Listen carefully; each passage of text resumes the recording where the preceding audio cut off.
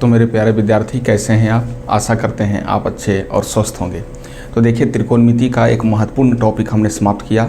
अब त्रिकोणमिति में मात्र एक ही चैप्टर आपका बचा रह गया है, त्रिकोणमिति के कुछ अनुप्रयोग। तो त्रिकोणमिति के कुछ अनुप्रयोग को हम बाद में देखेंगे। आज हम एक नया और बहुत ही रोचक टॉपिक लेकर के आए हैं, समांतर श्रेणी। तो आज हम समांतर श्रेणी के जो भी वीडियोज़ है वो अभी अपलोड करेंगे। इसके बाद अभी 2-3 वीडियो में आपका जो है चैप्टर बाय चैप्टर ये समाप्त किया जाएगा। तो देखिए, समांतर श्रेणी। अब समांतर श्रेणी होता क्या है? तो समांतर श्रेणी संख्याओं का एक संग्रह है, संख्याओं की एक श्रेणी है जो क्या है, क्रमागत, मतलब पिछले पदों में कुछ संख्या जोड़ने पर ठीक अगला पद प्राप्त होता है, फिर दूसरे पद में कुछ और संख्या जोड़ेंगे, समान संख्या जोड़ेंगे तो फिर अगला पद प्राप्त होगा। तो एक निश्चित संख्या जोड़ने पर एक श्रेणी बनती चली जाती है, उसी को हम लोग बोलते हैं समांतर श्रेणी। उसको क्या बोलते हैं? समांतर श्रेणी। जैसे देखिए, अगर हम एक संख्या लेते हैं 2, एक संख्या है कितना? 2। अब इसमें एक कॉमन संख्या 3 जोड़ेंगे तो कितना होगा? 2 तो था ही पहले, और इसमें हम 3 जोड़ देंगे। ये हुआ हमारा दूसरा पद, और ये क्या हुआ? पहला पद। ये फर्स्ट टर्म हुआ, ये सेकेंड टर्म हुआ। इसे प्रथम पद बोलते हैं, इसे द्वितीय पद बोलते हैं। तीसरा पद प्राप्त करने के लिए फिर दूसरे पदों में, ये तो दूसरा पद था, इसमें फिर एक और वही संख्या जोड़ देंगे तो हमें जो संख्या प्राप्त होगी वो तीसरी संख्या प्राप्त होगी, तीसरा पद। इसी प्रकार से आगे हम समान संख्या को पिछले पदों में जोड़ते चले जाएंगे। तो प्रथम पद 2 है, द्वितीय पद 5 हो गया, तृतीय पद 3 और 3 6 और 2 कितना होगा? 8 होगा। तो ये जो एक श्रेणी बना, संख्याओं का श्रृंखला बना, इसी को हम लोग बोलते हैं समांतर श्रेणी। अब हम जानेंगे कि इसके पहले पद को क्या बोलते हैं। समांतर श्रेणी का पहला पद प्रथम पद कहलाता है, जिसे ए से सूचित करते हैं। ए क्या होता है? प्रथम पद होता है। ए होता है प्रथम पद। अब हमने क्या बताया कि एक निश्चित संख्या को जोड़ते चले जाएंगे तो ठीक अगला संख्या प्राप्त होगा। तो वो निश्चित संख्या को हम क्या बोलेंगे? सार्व अंतर। सार्व अंतर डी से सूचित किसको करेंगे? तो सार्व अंतर को क्या चीज़ से सूचित किया जाता है? डी से। तो डी क्या है हमारा? सार्व अंतर है। सार्व अंतर, कॉमन डिफरेंस। डी क्या है?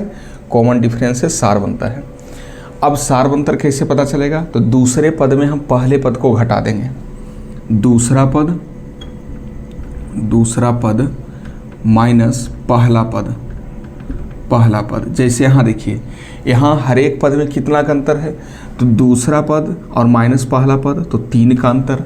फिर तीसरा पद में दूसरा पद को घटाएंगे तब भी 3 का अंतर। तो ये 3 हर एक में डिफरेंस है, इसलिए हम लोग इसे बोलेंगे सार्व अंतर। क्या बोलेंगे इसको? सार्व अंतर, क्योंकि सभी पदों में कितना का अंतर है? 3-3 का गैप है। तो सार्व अंतर को सूचित करते हैं क्या चीज़ से? डी से, कॉमन डिफरेंस। फिर ये मान लीजिए कहीं ना कहीं जाकर के ये पद खत्म हुआ, समाप्त हुआ, तो जहाँ पे जाके समाप्त होगा उसको हम लोग बोलेंगे अंतिम पद। तो एन से सूचित करते हैं किसको? तो अंतिम पद को क्या चीज़ से सूचित किया जाता है? तो एन से। ध्यान रहे, अंतिम पद को क्या चीज़ से सूचित करेंगे? एन से। एन से सूचित करेंगे अंतिम पद को। तो आप लोग इसे नोट डाउन कीजिए। उसके बाद फिर हम इसके आगे बताएंगे कि कैसे पहचानेंगे कि कोई श्रेणी समांतर श्रेणी है या नहीं है। तो इसे आप नोट डाउन कीजिए, उसके बाद फिर हम आगे बताते हैं।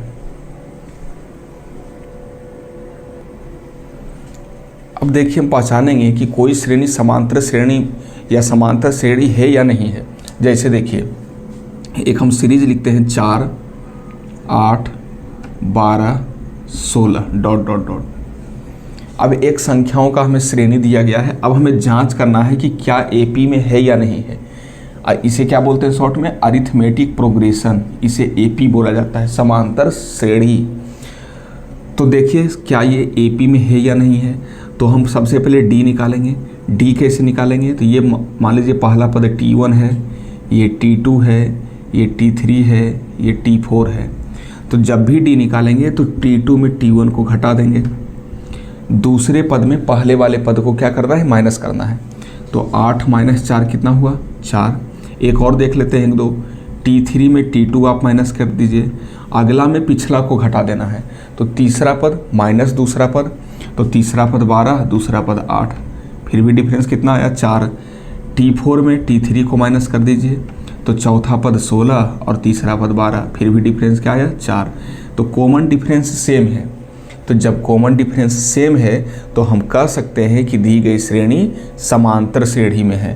तो यहाँ क्या लिखेंगे, समांतर श्रेणी में है, ये एपी में है, ठीक है, एपी में है। तो हम इस प्रकार से पहचान सकते हैं कि कोई भी सीरीज समांतर श्रेणी में है या नहीं है।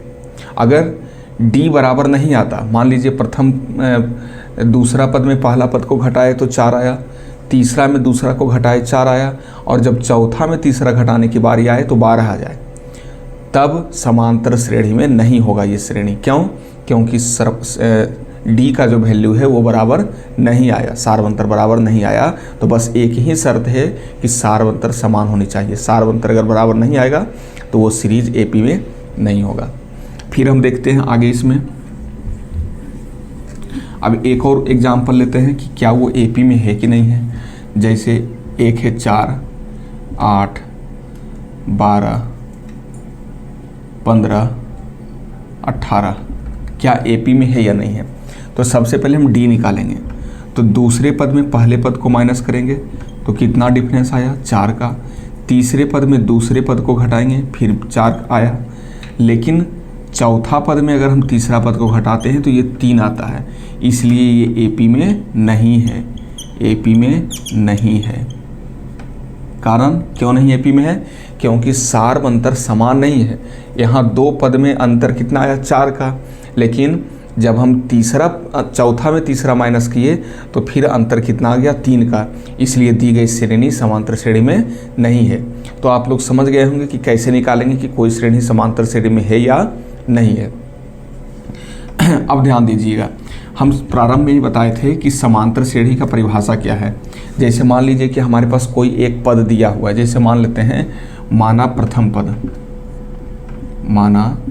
प्रथम पद बराबर ए, और सार्वंतर मान लेते हैं हम डी, सार्वंतर बराबर डी, मतलब एक ऐसी संख्या जो हर एक पद में जुटा है। जैसे प्रथम पद ए, तो सार्व अंतर को जोड़ देंगे तो ए प्लस डी। तृतीय पद निकालने के लिए फिर द्वितीय पद में हम फिर सार्वंतर को जोड़ देंगे। चौथा पद निकालने के लिए तीसरे पद में फिर से हम सार्वंतर को क्या कर देंगे, जोड़ देंगे। इस प्रकार से सीरीज बनेगा। तो प्रथम पद ए, द्वितीय पद ए प्लस डी, तृतीय पद देखिए ए प्लस 2d, चतुर्थ पद ए प्लस 3d, इस प्रकार से आगे बढ़ेगा n पदों तक। अब एक चीज़ गौर करेंगे कि ये कौन सा पद है। ये प्रथम पद है T1, ये क्या है T2, ये क्या है T3, ये क्या है T4। गौर कीजिए कि यदि हम तीसरा पद निकाल रहे हैं तो a प्लस 2d हो रहा है, अर्थात एक माइनस हो रहा है। तीसरा पद निकाल रहे हैं लेकिन आ क्या रहा है 2d। चौथा पद निकाल रहे हैं लेकिन आ क्या रहा है 3d। पाँचवा पद निकालेंगे तो a प्लस 4d आ रहा है। छठा पद निकालेंगे तो a प्लस 5d आ रहा है, मतलब एक पद जो है घटते चला जा रहा है। तो जब हम nवां पद निकालेंगे तो n में भी तो एक माइनस होगा, तो अंतिम पद जो है वो हमारा आएगा a plus n-1 into D. फिर से समझें, जैसे 10वां पद बोलेगा तो a प्लस 9d, 11वां पद बोलेगा a प्लस 10d, 24वां पद बोलेगा a प्लस 23d। लेकिन जब nवां पद बोलेगा तो n में भी एक माइनस होगा, तो a plus n-1 into D. तो हम जानते हैं, तो फार्मूला क्या आया, an बराबर a plus n-1 into D होता है, जहाँ an अंतिम पद है और an को tn भी लिखा जाता है। क्या हम tn भी लिख सकते हैं, a plus n-1 into D, या l बराबर भी अंतिम पद होता है a plus n-1 into D. ये सभी एक ही फॉर्मूला है। तो बस आपको इतना ध्यान रखना है कि an हमारा क्या होता है, अंतिम पद। an क्या होता है, अंतिम पद। a क्या होता है, प्रथम पद। और एक टर्म आएगा n होता है पदों की संख्या, कितना पद है।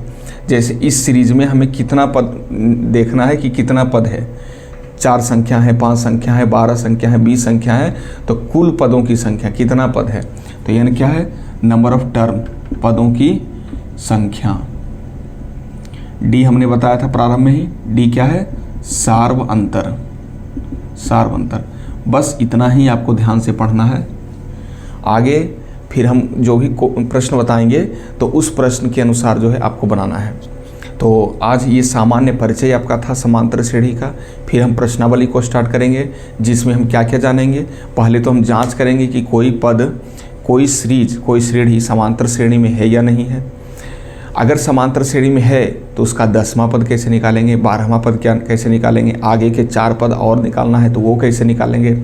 फिर उसके बाद अगले चैप्टर में हम an दिया हुआ रहेगा, d दिया हुआ रहेगा, n दिया हुआ रहेगा, आपसे a का मान पूछ देगा। तो बस ये बेसिक फॉर्मूला जो है an बराबर a plus n minus 1 into D, आप इसका ध्यान रखेंगे। ये बहुत ही इंपॉर्टेंट फार्मूला है। इसे l भी बोलते हैं या tn भी बोला जाता है। nवां पद AP का nवां पद क्या होता है, a plus n minus 1 into D. तो बस आज के वीडियो में इतना ही। फिर नेक्स्ट वीडियो में आपको प्रश्नावली से संबंधित जो भी प्रश्न है वो करवाया जाएगा। बहुत बहुत धन्यवाद। खूब पढ़िए और आगे बढ़िए।